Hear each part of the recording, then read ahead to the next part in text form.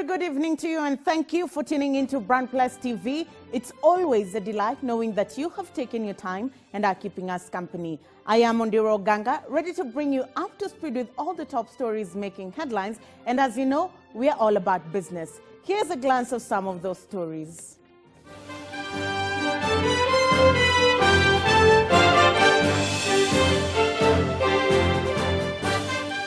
The government's quest to create employment opportunities for its people can be traced to the dawn of independence. Inclusive growth through decent work in the Great Rift Valley, waging skill-based war on poverty. CA Kuza Broadcasting Award 2019 launch. It's time you have your say. Bamburi Cements Forum on Affordable Housing. It's all systems go, or is it? Huawei ICT Competition Awards, young techies feted.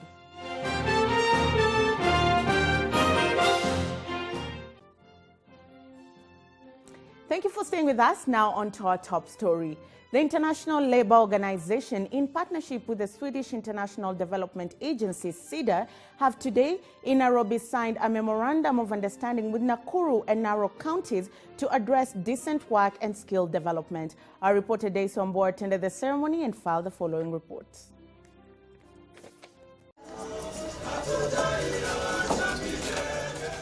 The program, dubbed Inclusive Growth Through Decent Work in the Great Rift Valley, is through a public-private development partnership approach whose objective is to reduce poverty and improve the living conditions through decent work and access to rights among the rural population in the Great Rift Valley, specifically Nakuru and Narok counties. Because of time, Speaking during the ceremony while representing the Cabinet Secretary, Ministry of Labour and Social Protection, Isaiah Kiringwa, Senior Deputy Labour Commissioner, Ministry of Labour and Social Protection, noted that there are high youth unemployment rates attributable to lack of relevant market skills. Approximately 800,000 young Kenyans enter the labour market each year, and youth unemployment is estimated to be as high as 35%. Youth unemployment is compounded by the fact that about 70% of the employed youth lack essential vocational skills. He went on to highlight the government's effort through the ministry geared to see the project become a success. On this score, therefore, my ministry has prioritized enhancement of industry-specific trainings to bridge the performance skills gaps between graduates and employment opportunities that are available. As a result, there will be adequate supply of productive labor force, coupled with a reduction in skills mismatch, easing the implementation of the Big Four agenda. Thus encouraged when it sees partners like SIDA, Akira, including the power developers and others who are here, who want to support realization of the Big Four agenda. While noting that Kenya leads in geothermal energy, Nakuru County boss Governor Lee Kinyanjui pointed out the need for the youth to be equipped with the correct skills as they would apply them on a global scale. Beyond the borders in the countries that are around us, Kenya remains the leading country in geothermal across Africa. So if you go to countries like Djibouti, Ethiopia, even Uganda and Tanzania, when it comes to skills, they're looking up to Kenya because really we are the market leaders in that particular area. So it is not just something that we should confine ourselves just to the Kenyan market. Once we're able to get young men and women who have the right skills, the market is bigger than just Kenya or just Olkaria for that matter. The expansion programs that we have even within the country and also within the region in the next 10 to 15 years simply will expand the space for these young people to work and thereby to have better leverage for the young people. The Swedish government. While calling upon all other stakeholders to support the initiative, the governor went on to state his full support for the initiative as its success would open doors for its adoption in other counties. As a county, we have our officers whom we have seconded to the technical team, and I want to assure you of our full support now and moving forward. And we believe that this particular initiative, if well implemented, can also be replicated in other areas. because the issue of capacity building is cross-cutting. It is almost in every other sector you want to imagine. And you know what they say is, you deny somebody the education or the training, and thereafter you can deny him anything else on the basis that they do not have the training. Samuel Ole Tunai, Narok governor, expressed his expectations on how the successful run of the project will aid in addressing issues plaguing the counties. And therefore, through this collaboration and through these efforts and through the three key areas which International Labour Organization with partners have identified, I believe this will also help both level of government, especially in a county like Narok, in the challenges which I've just said, because, you know, what we have sometimes is kind of a vicious cycle. You know, early girls get pregnant, very unfortunate, and then they are circumcised, you know, some of them, and then from there, then they are married. And these are very young girls between the age of 12, 13, sometimes to below 15 or 16. He went on to acknowledge the role of the development partners in the implementation of the policies that will govern the project. The CIDP has been developed through a very serious process. Public participation is very critical. And for government, at both levels, whether national or county, normally the difficult part is the implementation, which I believe this is what the development partners are helping us to implement our dreams. Thank you so much. Speaking on behalf of Federation of Kenya Employers, Executive Director Jacqueline Mugo cited the benefits the communities will get from the project. But this project will contribute to the provision of decent employment opportunities for the community and also develop the skills of the rural communities. It will build the competencies, the attitudes, and the capacity of really simple rural people to be able to take up new opportunities that will emerge and hopefully encourage the youth to stay within that community instead of leaving, looking for jobs in the urban areas, as has been the practice. And the rest of the colleagues. Swedish Ambassador Michael Jelmeka, Deputy Head of Missions Swedish Embassy, pointed out the gains and benefits to the stakeholders in the project.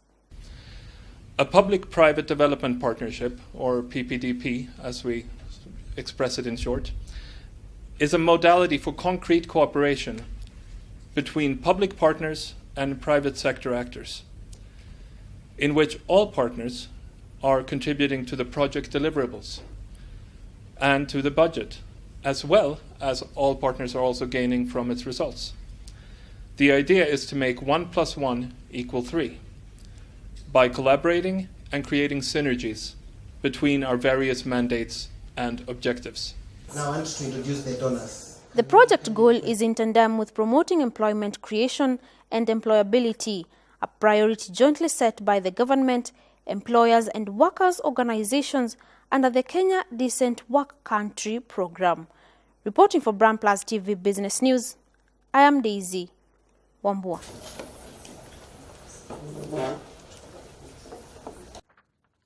The Communication Authority Initiative's Kuza Awards was launched in 2017 as part of CA's strategy to push broadcasters to strive for quality services as well as comply with regulatory standards. CA launched the 2019 awards today, and our reporter Karari John has more.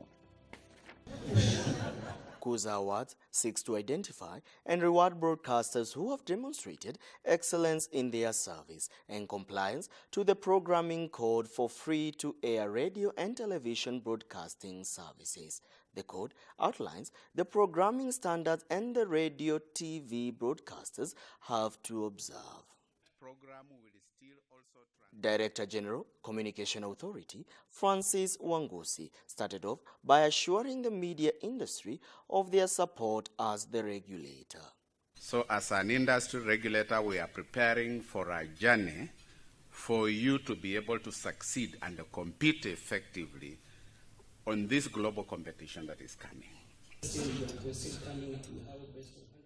The DG went on to challenge the industry players to be creative and innovative in order to make local content competitive globally. And Facebook has become a broadcaster. What are you going to do to challenge Facebook?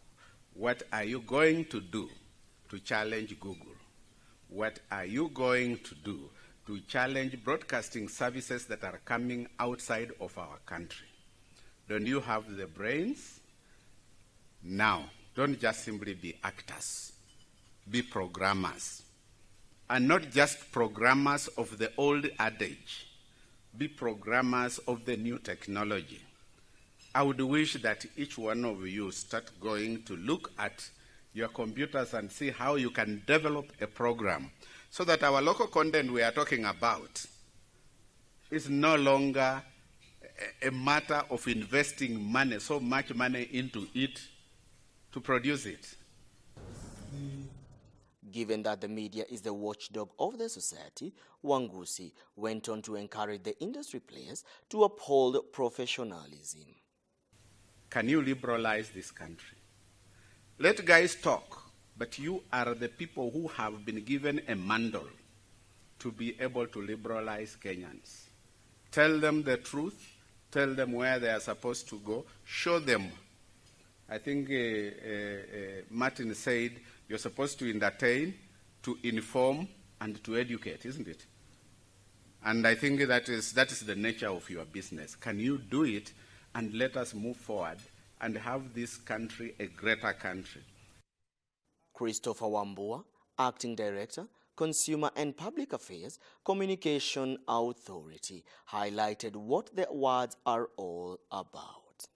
In launching this, we seek to improve and make the 2019 better. He then went ahead to outline the 2019 Kuza Awards.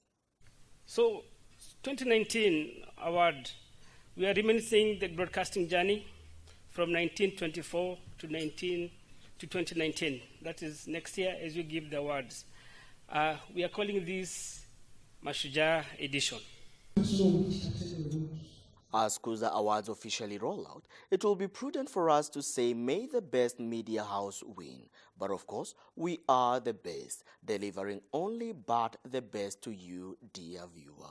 We hope when time comes, your vote shall indeed affirm this. Reporting for Bram Plus TV, I am Corey John.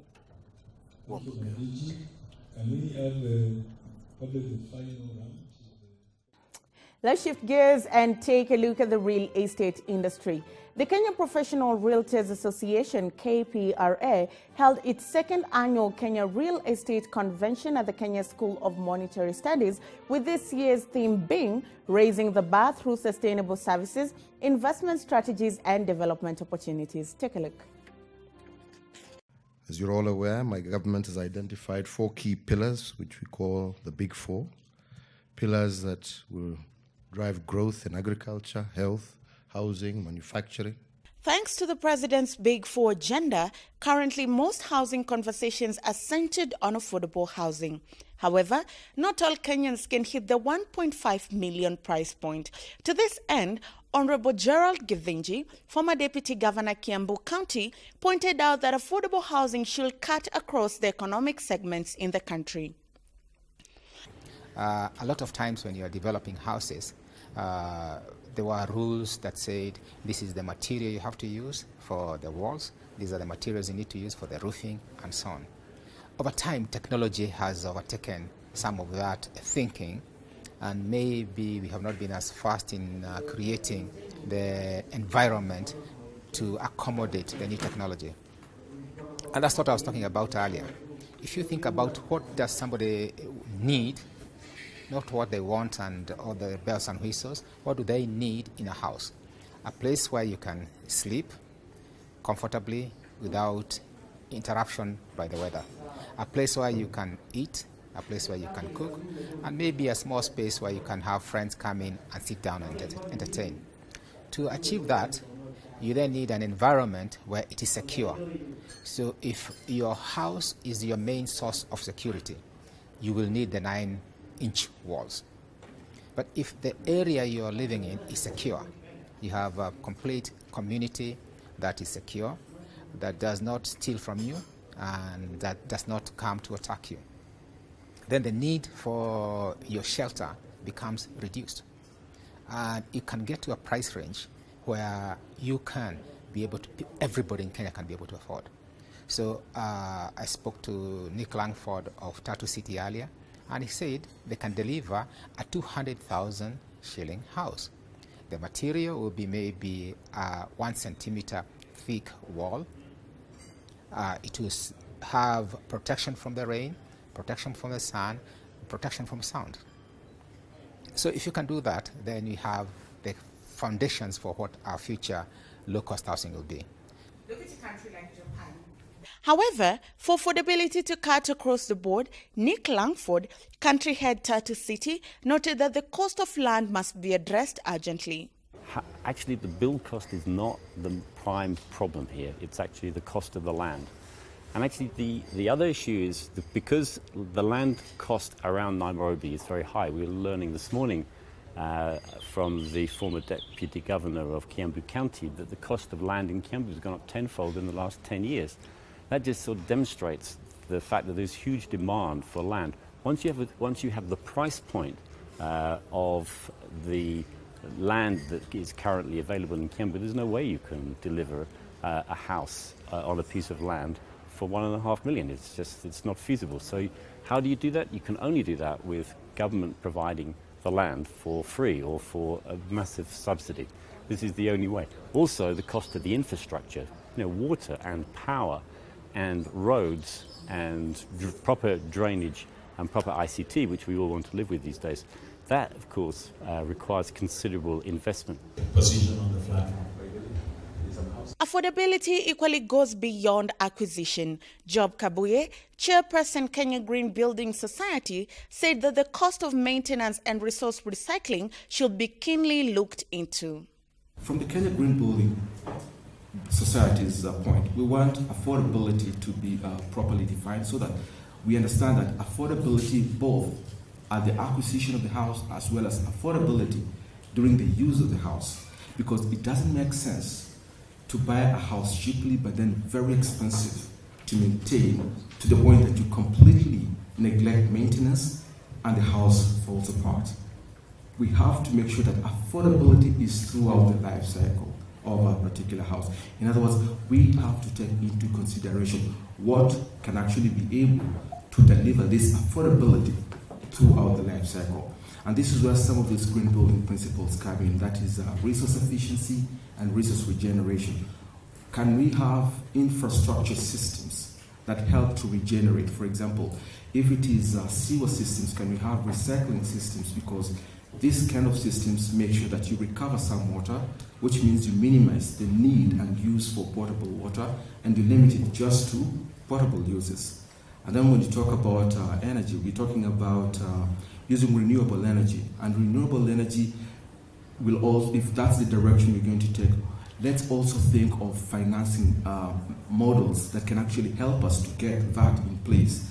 When you talk about solid waste, why don't we have systems that encourage behavioral change and lead people to actually get this practice of recycling waste? Because it's definitely sure that when you recycle waste and you recover some of those materials, you can sell some of those materials and you get some money that feeds back into something. Technologies.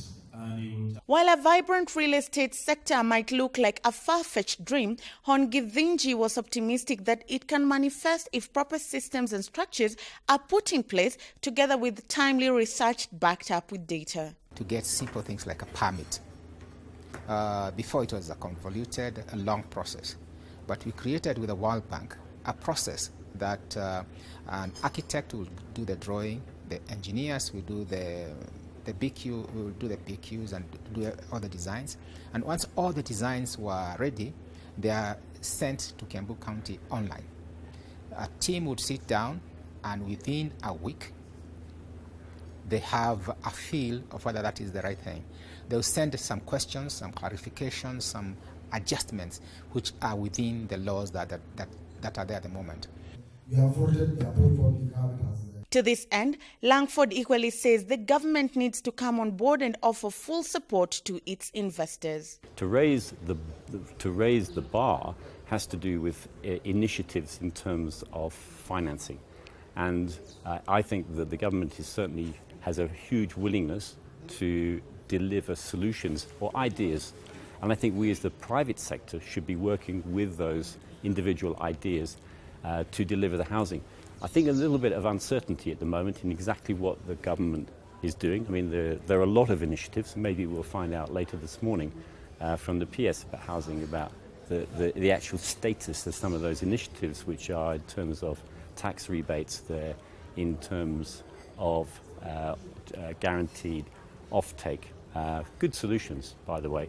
And we want to work with the government to be able to offer affordable housing, because we have workers in the factories who are earning money, which is salaries, which is insufficient to pay for housing in the $1.5 million and above price bracket. So of course we need to provide housing solutions for that to be catered for.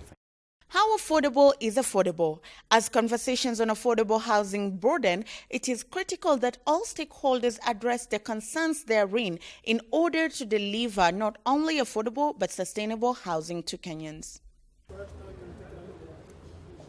Bamburi Cement, a publicly traded company, together with its partners, hosted a forum at the Radisson Blu Hotel, bringing together stakeholders in the building and construction industry. The theme of the forum was the Big Four agenda, affordable housing. Take a look.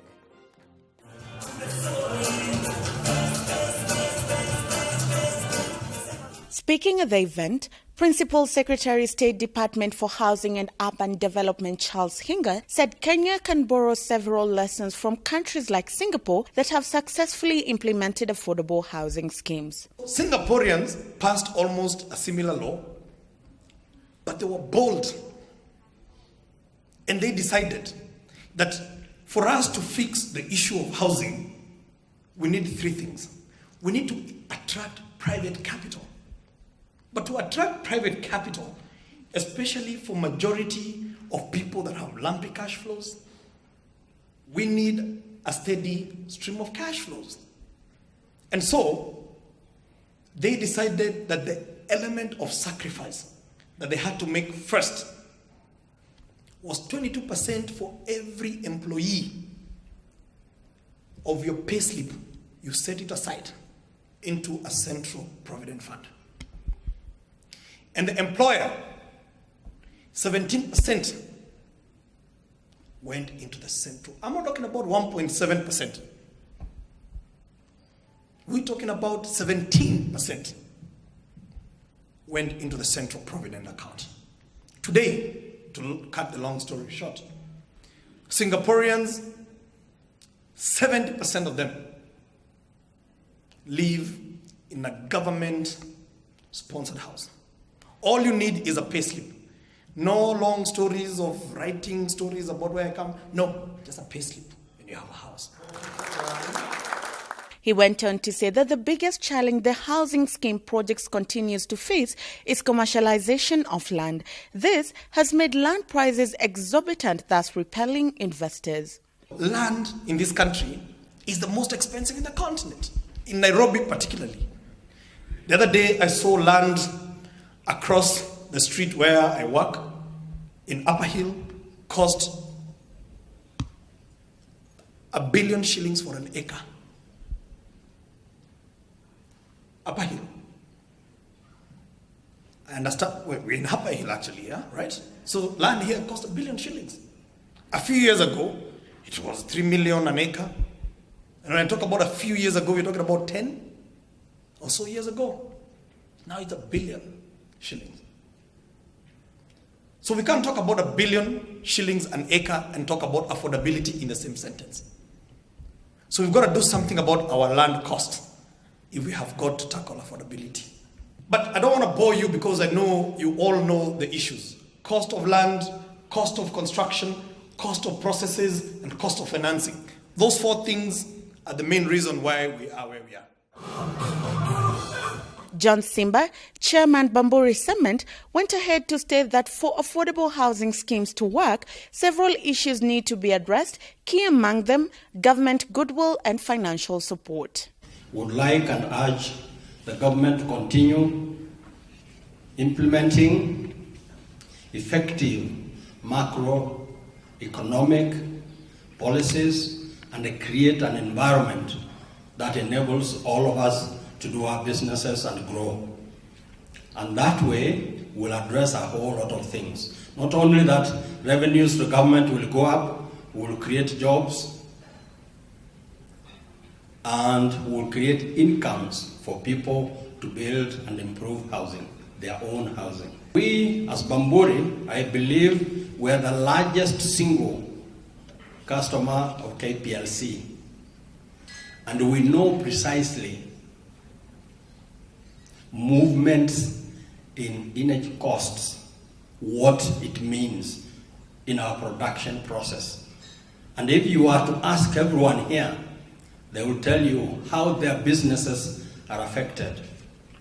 And we can only urge that this issue be addressed so that energy costs go down.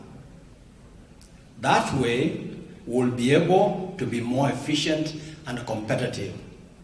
Not just competitive within the Kenyan economy, but for those who export, they will be able to compete with others out there. I think it is good to address that so that people can have access to credit. And so that when we are talking about bringing down manufacturing costs, when we are talking about reducing materials for building, that and improving and creating jobs, that people will have then access to credit. Because even if you have access, you have a job, you cannot be able to accumulate at once enough funds for you to build a house. You need credit over some time. To this end, David Nyamu, Director Credit Risk Equity Bank, went on to state that it's prudent for financial institutions to find a way of funding the housing scheme to fast-track its realization. Recently, we have signed a partnership with Bamburi. That's all over the country in Kenya. They have a number of retailers. And when you look at the transactions that they are making, the biggest problem that some of these retailers will come to tell you is at times we do not have the working capital. And since I've put down that the bank has a strong balance sheet and a single lending limit of 25 billion, we are able now to give those retailers what is called bridging finances from time to time.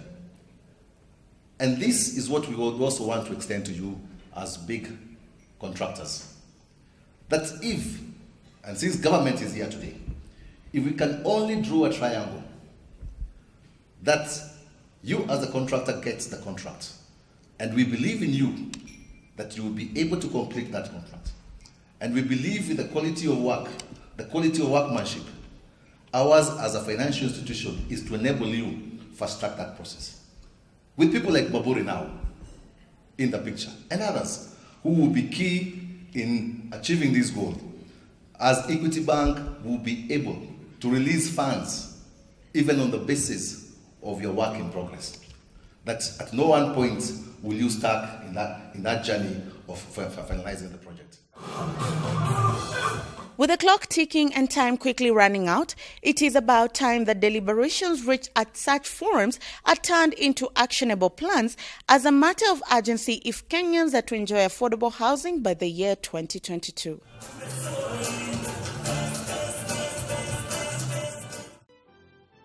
Well, we head for a short commercial break now, but do stay with us as we still have so much more lined up for you on the other side, including matters ICT. See you shortly.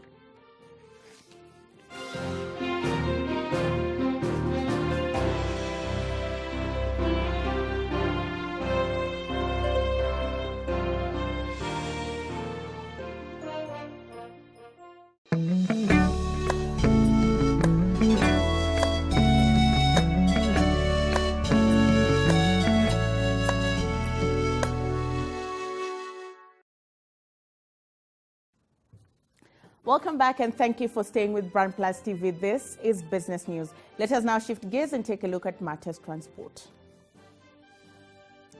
Flown Initiative, which works towards ending violence against women and girls in public spaces, hosted the East African Women in Transport Conference at the University of Nairobi. The conference brought together women leaders in the public transport industry from the East African region and around the world.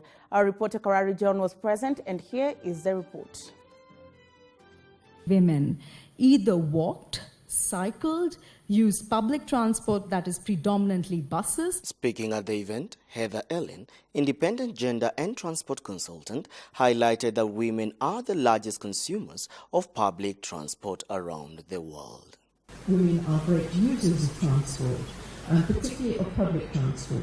In almost every city, and every city that I have studied, public transport use by women is higher than men. So this is a well-known fact. Women make more frequent, shorter journeys, so they use it more. But is it designed for them? No. But what we will require... Sonal Shah, an urban planner, revealed the violence women go through in public transport globally. However, we know that currently our streets and our public transport systems are hostile to women. This is data from a number of cities done predominantly by women's groups. These are not part of our gendered mobility plans. Most of this data was collected by women's groups, talking about the high levels of sexual harassment faced both while traveling inside public transport as well as waiting for it. An example of Delhi is 51% in buses, and 42% of women said that they faced harassment while waiting for it. The largest pool of workers... Anne Kamau, researcher at the University of Nairobi, painted a picture of women in the Kenyan transport sector. What we know is that transport sector is a key employer globally and even in Africa, and in Kenya is the fourth largest employer. And the question that we need to ask is, where are these women in the sector, which is largely male-dominated? What do these women do? So, however, as much as it's largely male-dominated, we know that there are more women entering the sector, and this is really positive.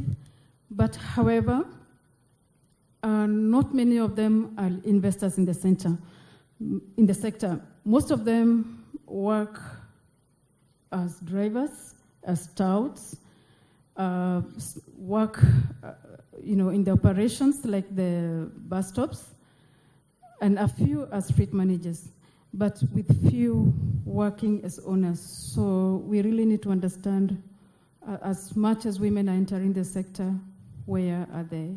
2017-2018. Anne then went ahead to outline the challenges that women in transport in Kenya go through.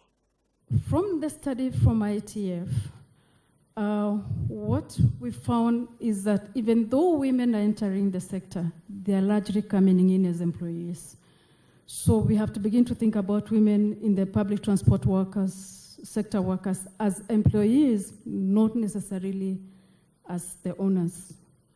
Now, these women workers, and I believe it's the situation perhaps in the rest of Africa, and at least within the East African region, is that they mainly concentrate on the lighter but less paying jobs, like either as conductors, fare collectors, callers, a few of them. They also have very precarious working conditions with no formal work contracts, and most of their contracts are actually verbal. So you come in today, you have work, and tomorrow you can be laid off. And because of this, they also form the largest pool of workers who are easily replaceable, who we can call an easily replaceable commodity, because many times conductor jobs, most of them are conductors, so and there are many conductors who can be found. If you don't have a car to drive. In the wake of the 2/3 gender role debate, it is vital for the government and all relevant stakeholders quickly address challenges women face in access, utilization, and even investing in the sector, as it will not only serve the women folk, but the economy as well. Reporting for Brand Plus TV, I am Korari John Wambugu. The University of Nairobi and Accelerate Limited, a talent search firm committed to developing student skills to meet the market needs, co-hosted the Skills Hunt Summit 2018 to explore the opportunities for both universities and businesses in 2019. Our reporter Daisy Wambua brings us more details. The main aim of Accelerate Limited is to bridge the skills gap in education vis-a-vis industry needs by ensuring that industry problems are being solved all the while impacting relevant skills, thus translating to a win-win approach for universities, businesses, and the economy. Stacey Mora, Country Director, Moringa School, gave an insight of the blended learning approach by Moringa School. A lot of times we assume that having that piece of paper equals having skills until you go into the marketplace and employers are like, that's not what we're looking for.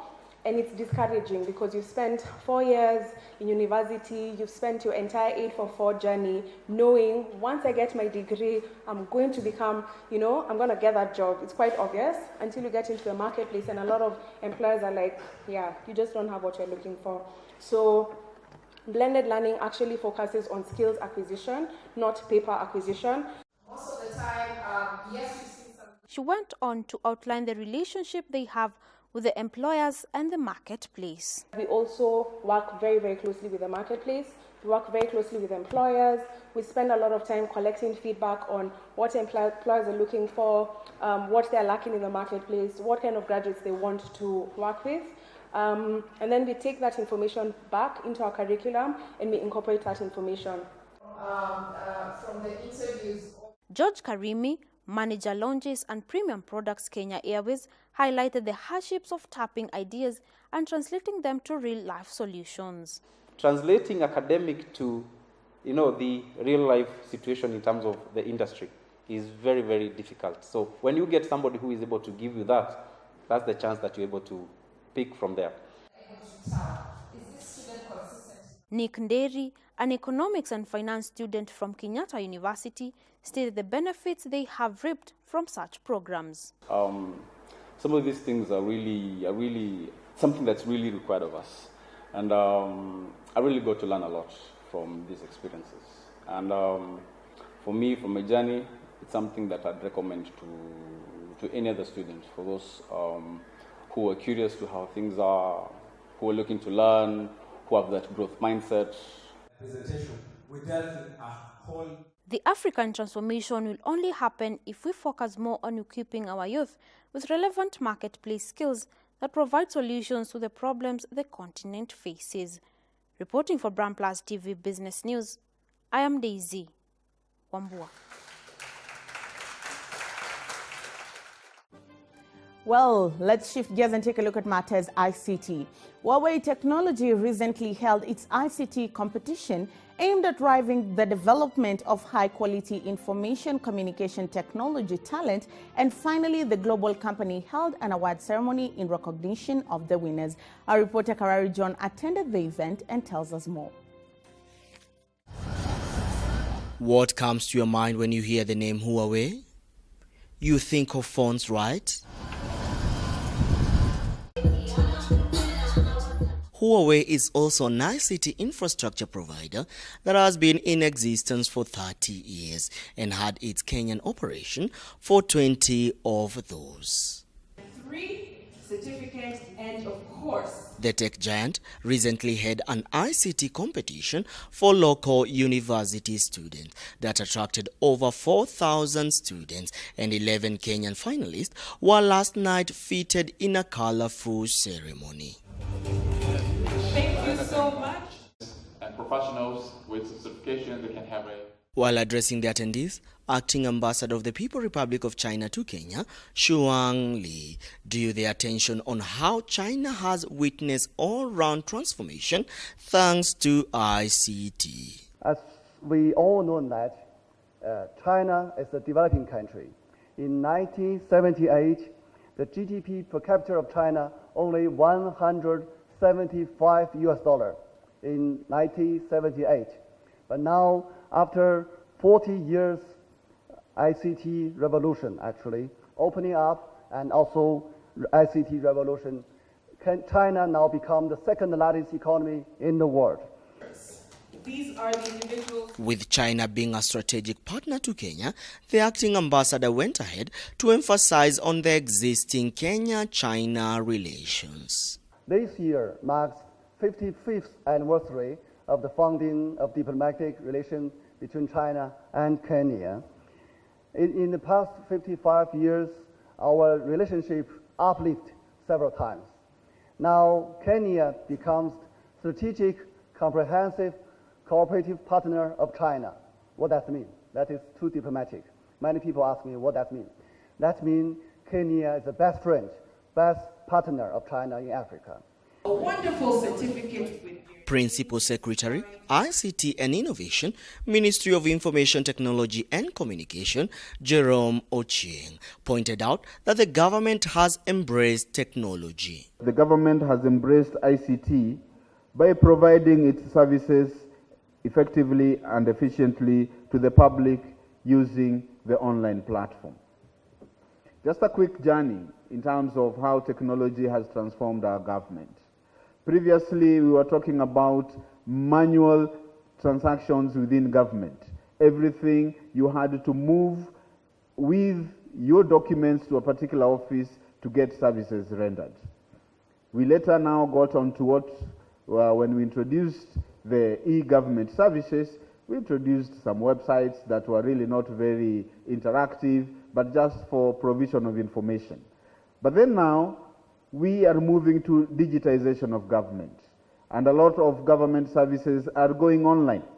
We are actually live. While his counterpart, Principal Secretary, State Department for Post-Training and Skill Development, Ministry of Education, Alfred Cheriot, highlighted that ICT is a catalyst for growth. ICT is a critical part of the Kenyan socio-economic development, and it's a critical enabler for the Kenya's Big Four agenda.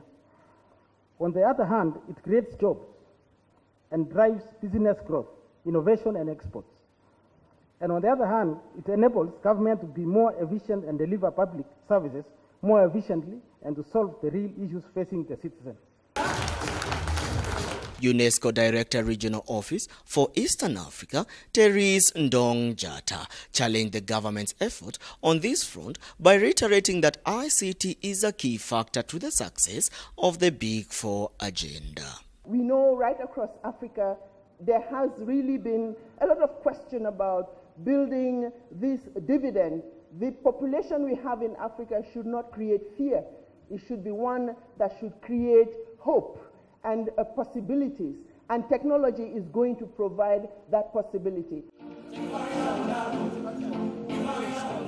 CEO Huawei Kenya, Stone Ha, broke down the motivation behind the competition. So it's why we invest so much in training more students and the future leader of this country.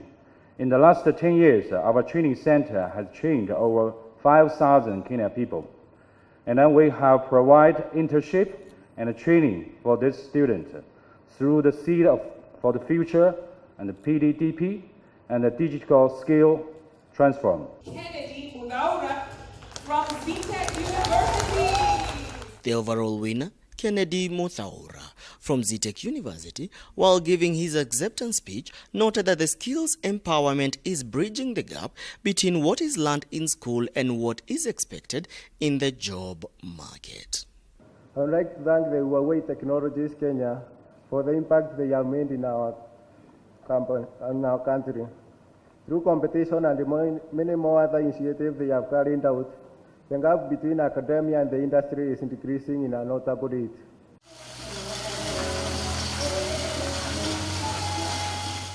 Information, communication and technology is here with us to stay, and this is underscored by the Huawei ICT competition, where 15 universities got a chance to participate in the competition, where the best students were awarded tonight. 6 of those students will be heading for the Southern Africa regional competition to represent Kenya on the continental level. Reporting for Brand Plus TV, I am Korari John Wambugu. Well, thank you, Karari, for that report, and congratulations to all the winners. Let us now take a look at how the markets performed today. Here is a summary.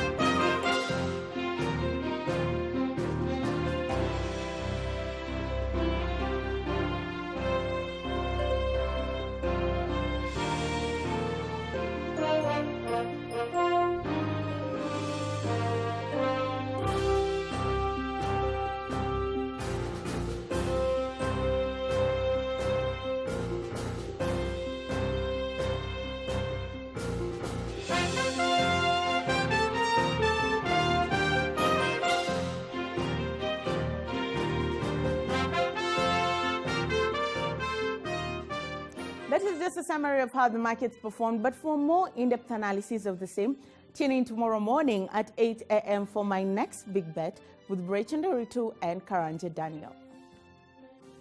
Let's now take a look at the day's weather report.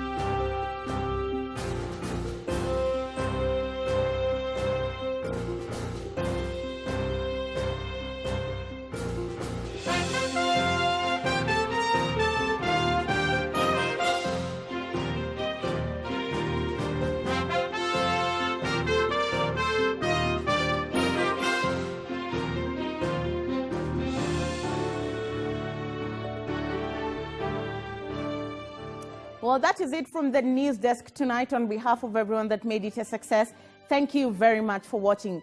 Catch us tomorrow, same place at 9 p.m. for a fresh serving of news making headlines in the business world. On behalf of everyone that made this show a success, have a good night. Thank you for watching. I am Undiro Ganga and I'm in business. Case closed.